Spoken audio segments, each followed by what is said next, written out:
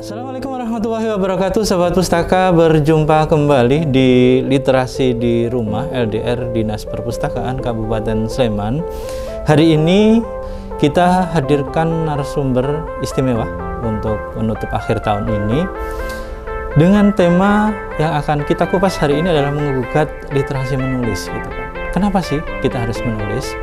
Tentu dengan realita hari ini bahwa teknologi informasi sudah ada di sekitar kita, bahkan sudah membumi, dipaksakan karena pandemi hadir di tengah-tengah kita. Orang mau mencari informasi ya semudah membalik tangan gitu kan. Nah, tiba di hadapan kita yang tentunya karena informasi yang begitu mudah. Di sini ada Bu Fitriah Mardiyanti. Beliau adalah pendiri komunitas Yuk Menulis, sehingga kenapa kita ngambil tema menggugat literasi menulis. Oke, Assalamualaikum Ibu. Gimana kabar? Baik? Alhamdulillah baik. Baik, ya. Baik Ibu, terkait dengan apa sih motivasi Ibu membentuk komunitas Yuk Menulis tuh? Oke, jadi motivasi awal itu sebenarnya mendirikan ini kan secara tidak sengaja ya. Jadi tahun 2006 saya itu peralihan dari wartawan ke guru. Oh, dari wartawan ke guru. Wartawan di Solo. Setelah itu saya domisili di Klaten, dan karena bapak ibu itu pengennya saya ngajar, akhirnya mengajarnya di Jogja. Oh. Nah, hari kedua saat saya mengajar itu saya melihat ada beberapa siswa yang dikeluarkan karena mereka dalam tanda kutip spesial gitu. Oke. Jadi dikeluarkan oleh guru. Akhirnya karena waktu itu saya hanya mendapatkan beberapa jam saja, jadi banyak tidak mengajarnya. Akhirnya anak-anak itu saya rangkul, saya bawa ke perpustakaan. Yuk kita belajar menulis gitu. Anak-anak spesial itu awalnya itu bener-bener yang apa sih nulis gitu ya. Tapi waktu itu saya memberikan mereka iming-imingan gitu. Ayo kita nulis saja. Ini loh. Waktu itu saya menggunakan media di Jogja itu kan ada kayak apa ya Pak? Sungguh-sungguh terjadi itu loh. Oh, iya. Nanti kan dapat uang, ya kan? Ternyata benar, saat mereka lolos dapat uang, seneng banget kan? Dari situ dari yang 11 tambah jadi 20, terus akhirnya banyak yang mau gabung gitu. Dari yang awalnya terpaksa, akhirnya mereka justru yang mendekat gitu. Dan alhamdulillahnya dari 11 siswa itu ternyata semuanya sekarang jadi wartawan. 11-nya jadi wartawan, luar biasa. Semua gitu. Luar biasa. Sahabat Pustaka, dari beliau seorang wartawan menjadi pengajar, bisa menggerakkan murid-muridnya, siswa-siswanya untuk menjadi penulis, atau kalau trennya sekarang dia menjadi wartawan. Kira-kira Bu, selain tadi ada honor dari menulis itu, apa sih yang didapat dari menulis ini? Kebahagiaan. Kebahagiaan? Iya benar. Jadi kenapa kebahagiaan? Apakah bahagia itu menjadi barang yang susah sehingga kalau menulis bisa bahagia, atau orang bisa menemukan kebahagiaannya dari menulis itu dari mana sih? Oke. Jadi kalau saya itu menerapkannya apa-apa ke diri gitu ya, ke diri sendiri. Gitu. Misalnya saat saya menemukan realita, hal sepele aja ya, dari wartawan ke jadi guru itu kan sesuatu yang jauh sekali kan. Betul. Awalnya kan saya merasa, aduh ini gimana ya, kok saya tidak bisa enjoy gitu. Tapi apa yang terjadi dengan siswa, apa yang jadi pengalaman mereka, akhirnya saya tulis gitu loh. Jadi saya merasa apa yang terjadi itu lebih enjoy, lebih happy gitu. Sebentar. Dari seorang guru, asalnya dari wartawan, terus menemukan ketidaknyamanan dalam tanda petik ya, sahabat pustaka. Kebahagiaan dari menulis dengan mengajar itu kan sama-sama memberikan informasi. Kalau menurut kami ini, apa yang tidak nyaman sehingga harus diluapkan dengan menulis? Karena saat saya mengajar pertama kali itu adalah saya tidak bisa fokus ke siswa. Jadi kan kalau wartawan kita tanya aja gitu ya. Ternyata saat dengan siswa saya tanya, mereka diam gitu. Namanya saja guru baru, ya kan? Guru baru, gurunya culun banget gitu ya, kecil gitu. Pada waktu itu siswa saya besar-besar. SMP, SMA? SMP. Oh, SMP? SMP, dan di swasta kan. Siswanya itu dulu kelas 1 cuma satu kelas, kelas 2 satu kelas, pokoknya udah isinya cuma itu aja gitu kan. Jadi saat saya mengajar, saya menerangkan, mereka diem. Ada yang mau ditanyakan, diem. Nggak bertanya, diem gitu. Akhirnya ini gimana? Gitu. Nah, saya salah satunya adalah merayu mereka dengan tulisan. Oke, sekarang kamu punya cerita apa? Kamu punya pengalaman apa? Yuk curhat sama Bu Fitri gitu. Nah, saat mereka curhat, saya buatkan cerita tuh dalam bentuk cerpen, ya kan? Coba kalau kayak gini sesuai nggak? Wah, sesuai banget Bu. Akhirnya kan mereka happy kan? Iya. Mereka happy. Dan Ibu juga menemukan kehappyan di situ berarti? Iya, benar. Mengajar melalui tulisan. Ya, jadi mereka langsung kayak merasa, asik loh. Apa-apa yang ceritakan sama Bu Fitri itu nanti bisa jadi cerita gitu. Padahal saat mereka curhat gitu, saya tidak merasa terbebani. Malah saya bilang ke diri sendiri, ayo curhat lagi. Saya punya sumber lagi nih gitu. Siap. Makanya dari tahun 2006 sampai sekarang, kalau di total bukunya udah lebih dari 1000.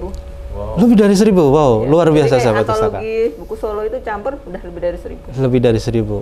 Ada satu hal yang mungkin saya ingin sampaikan ke sahabat pustaka. Dari menulis bukan bayangan semuanya pasti mengatakan kalau menulis itu serius banget gitu. Menulis itu hal yang menakutkan banget gitu kan. Tapi kalau melihat dari cerita Bu Fitri tadi, dari semua cerita murid-muridnya beliau ubah menjadi teks tulisan yang membahagiakan. Benar. Betul Ibu ya. Oke, selain cerita tadi, apa sih motivasi Ibu mengkampanyekan yuk menulis nih gitu? Oke. Karena saya itu merasa saya tumbuh dari keluarga yang ya mohon maaf tidak seperti keluarga lain gitu loh, yang berkecukupan. Maksudnya? Yang berkecukupan. Jadi saat saya kuliah itu pagi kuliah, siang bekerja, malam saya jadi wartawan editor. Jadi wartawan itu? Yang waktu pas masih aktif kuliah itu jadi editor. Oh, editor. Jadi benar-benar yang dari pagi sampai malam itu full gitu. Nah, dari situ kan saya merasa kalau kayak gini tuh nanti pengalamannya ya cuma itu aja gitu. Kan kurang seru gitu. Makanya saat saya kesini saya pengennya anak-anak itu punya pengalaman seru, paling enggak kolaborasi sama tokoh gitu. Nah, ya itu yang membuat komunitas menulis itu beda. Jadi kami itu kayak menghubungi beberapa tokoh gitu ya, misalnya Mbak Nazila Shihab. Itu beberapa tokoh ya, beberapa tokoh yang sudah pernah berkolaborasi dengan Yuk Menulis. Banyak sekali. Oh, banyak sekali. Ini yang terbaru Oktober kemarin dengan Bapak Yokut. Jadi ini Menteri Agama? Iya, Bapak Menteri Agama. Ini kami buat sekitar 3 minggu saja. Jadi siapapun yang mau menulis silahkan menulis puisi tentang cinta terhadap tanah air, keberagaman beragama kayak gitu kan. 23 peserta diseleksi jadi 13.200. Jadi 23 jadi 13.200. Luar biasa. Jadi ini tuh kayak wujud kami, persembahan kami untuk negeri ya, salah satunya ini gitu. Siap. Iya. Jadi saat saya itu melihat siswa gitu, dia cerita ke temennya gitu, aku bisa loh nulis bareng Bapak Ganjar misalnya. Saya tuh lihat raut muka mereka itu udah happy gitu loh. Apa yang tidak saya dapatkan dulu gitu, ternyata didapatkan oleh anak-anak ini gitu. Gitu. Jadi kalau menurut saya menerbitkan buku, menulis buku itu tidak sebatas bahagianya saat kita mendapatkan honor gitu. Tapi saat melihat kepuasan, melihat mereka senyum itu udah happy banget. Siap. Kampanyenya ternyata istimewa sahabat pustaka. Menggandeng orang-orang penting itu menjadi posisi istilahnya? Posisi tawar dalam menulis itu untuk dihargai. Orang penting sudah ikut, kita bergabung dengan orang penting. Jadi kampanyenya ada pendukungnya gitu. Bukan hanya sekedar sosialisasi, ayo menulis, tapi gerakan real nyatanya berbahagia bersama-sama dengan orang-orang penting gitu ya. Selain kebahagiaan itu, ada kampanye dengan orang-orang penting. Selanjutnya Ibu, terkait dengan di tengah hujan informasi yang membanjiri kita hari ini gitu kan. Apa sih yang Ibu mau sampaikan ke seluruh masyarakat Sleman terkait menulis? Jadi saya itu ingin masyarakat di Sleman itu, kalau masyarakat Sleman sebenarnya sudah dari sekitar 14.000 anggota KYM. Itu sudah ribuan yang ikut. Dari Sleman? Dari Sleman. Dan kebanyakan memang guru kan. Nah, saya itu ingin masyarakat Sleman tidak hanya menyukai menulis hanya untuk kenaikan pangkat gitu ya. Oke. Ini nih pustakawan ini juga butuh untuk naik pangkat ini nulisnya. Tidak untuk kenaikan pangkat saja, tetapi sukailah menulis itu karena memang menulis itu bisa membahagiakan gitu kan. Misalnya mbaknya lagi jenuh, marah gitu ya sama masnya gitu. Jangan dimarahin mbak gitu ya kan. Coba ditulis gitu kan. Nah, nggak jadi marah ya? Iya, nggak jadi marah. Jadi saya selalu bilang ke diri sendiri, saat kita suka menulis gitu, maka hati kita itu akan luas. Iya. Ya kan? Orang akan bilang kayak apa, ya sudah nggak apa-apa gitu. Kita marah nggak? Enggak lah. Karena apa? Karena kita meluapkannya dalam bentuk tulisan kan. Jadi saya selalu bilang hati-hatilah sama penulis, karena saat dia nggak baik sama penulis, namanya akan abadi dalam tulisan. Ini bukan ancaman sahabat pustaka, tapi kenyataan gitu. Ya kan? Hati-hati dengan penulis. Ya baik, untuk sahabat pustaka semuanya terkait dengan dunia menulis, apa sih yang harus dilakukan jika orang Sleman nih atau kita semua ini mau mulai menulis? Harus suka membaca. Ini catatannya kalau untuk sahabat pustaka untuk datang ke perpustakaan untuk membaca. Selain itu, Ibu, selain membaca, suka membaca, suka mendengarkan juga, dan yang ketiga itu harus selalu mau membuka terhadap perubahan. Membuka terhadap perubahan. Maksudnya lebih luas lagi. Jadi kayak misalnya kita belajar kayak hal-hal sepele saja ya, kayak misalnya perubahan cuaca gitu ya. Perubahan cuaca, kita mau kayak apa ya namanya? Menuliskan kayak gitu kan kita harus tahu ya, mempelajari dulu ini apa toh. Membaca dulu ya. Membaca dulu kayak gitu. Jadi kita nggak bisa tuh yang namanya kalau mau menulis terus cuma diem aja, nggak mau membaca, nggak mau menyukai membaca gitu, nggak bisa kan. Ya, literasi di rumah jawabannya sahabat pustaka. Untuk terus mengerti terkait hal-hal yang baru, seorang penulis harus update terkait dengan perubahan-perubahan yang terjadi gitu kan.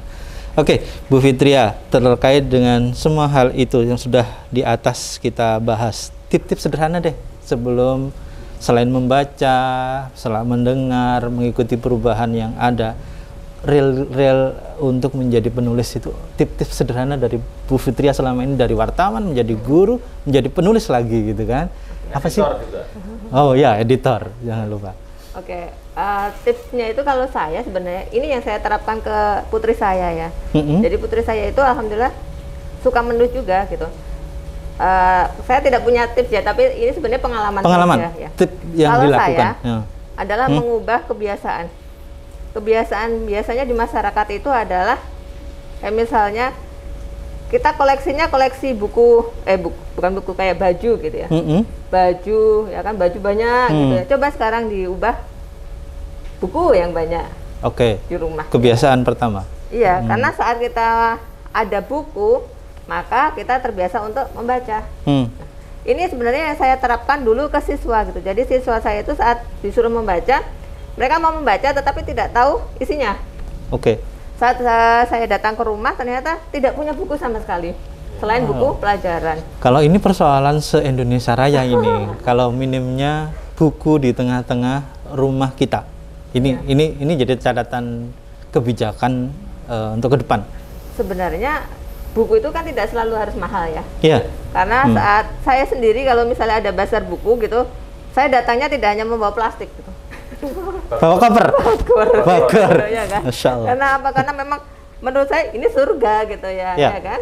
Karena anak itu misalnya ada orang lain, kita ketemu anaknya orang lain gitu ya, kita kasih uang gitu atau kasih jajan itu udah biasa gitu. Tapi coba kalau kita kasih buku gitu ya, mungkin awalnya kok buku gitu, tapi lama-lama saat dibaca mungkin mereka akan jadi kebiasaan gitu ya.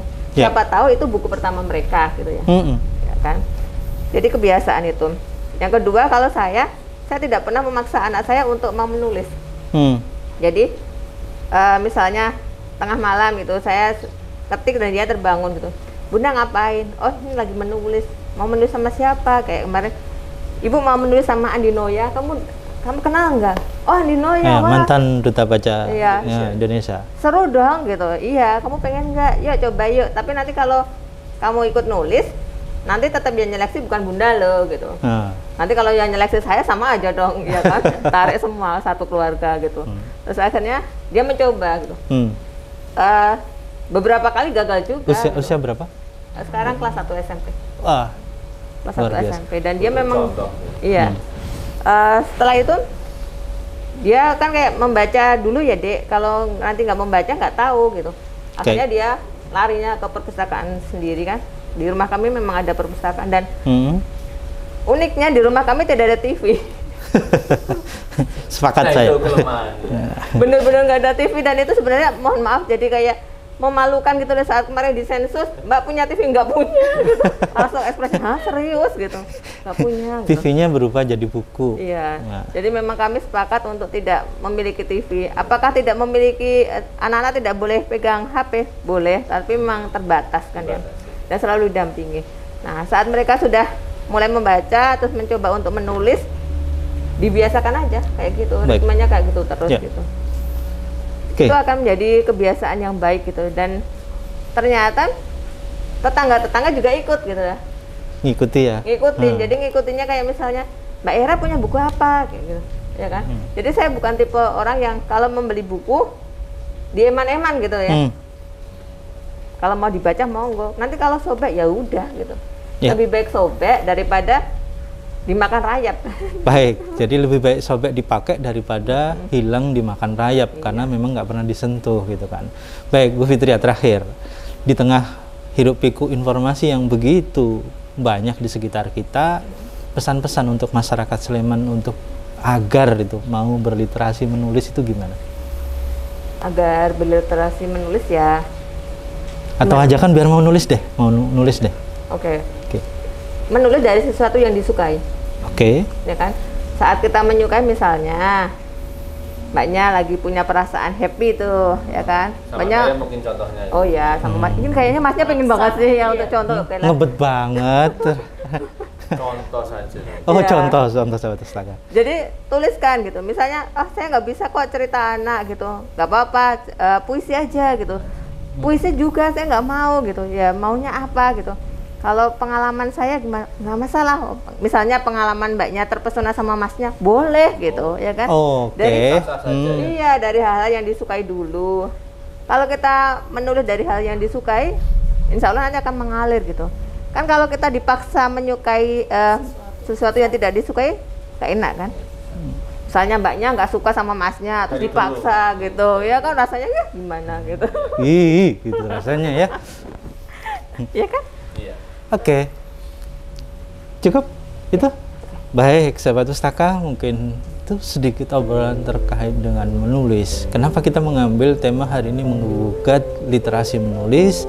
Tentu ada sisi-sisi kebahagiaan yang akan kita dapat di antara begitu banyak informasi hoak, di antara begitu banyak informasi-informasi yang tidak bisa dipertanggungjawabkan.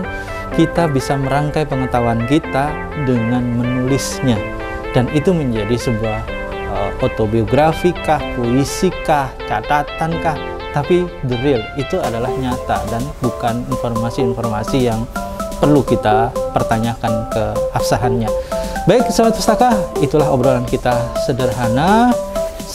Untuk selanjutnya mungkin kita akan bertemu lagi di LDR tahun depan 2023. Sehingga bye-bye. Assalamualaikum warahmatullahi wabarakatuh. Salam literasi, ayo membaca, ayo berkarya. Dadah.